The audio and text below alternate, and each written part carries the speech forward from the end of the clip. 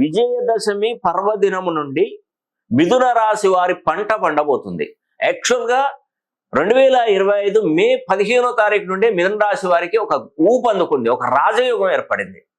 కానీ ఇక్కడ దశమి విజయదశమి ఎప్పుడైతే దాడుతుందో వాళ్ళు స్పీడ్ పెరిగిపోయింది. అప్పుడు కొంత స్పీడు స్టార్ట్ అయింది, ఇక్కడ పికప్ అయింది, బండి కదిలింది. స్టేషన్ మాస్టర్ గ్రీన్ సిగ్నల్ ఇచ్చాడు మిథున రాశి వారికి, బండి కదిలింది. ట్రాక్లు దాటుకొని జంక్షన్లో నుండి నిదానంగా మూవ్ అవుతుంది ట్రైను, మిథున రాశి అనే ట్రైను. ఇక్కడ ఏమైందంటే ఆ జంక్షన్ ఎప్పుడైతే ఆ ట్రాక్స్ అనేది చేంజ్ చేసుకుంటా నిదానంగా కొంచెం స్పీడ్ పెంచుకుంటూ 10, 15, 20, 25, 30, 40, 50, 70, 80, 90, 100 స్పీడ్ 100కు వచ్చింది. ఇప్పుడు విజయదశమి పర్వదినం నుండి మిథున రాశి వారికి 100 స్పీడ్తో మీ ప్రయాణం కొనసాగుతుంది. 100 స్పీడ్తో అంటే మనకు కాలం కలిసి వస్తుంది, టైం వేస్ట్ కాదు, డబ్బు బాగా సంపాదించగలుగుతాం, ఉన్నతంగా జీవించగలుగుతాం.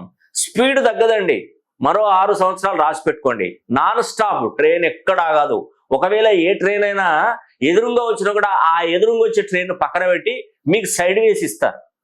అలా ఉంది మీ జాతకం. ఇప్పుడు అంటే మీరు దూసుకొని వెళ్తారు.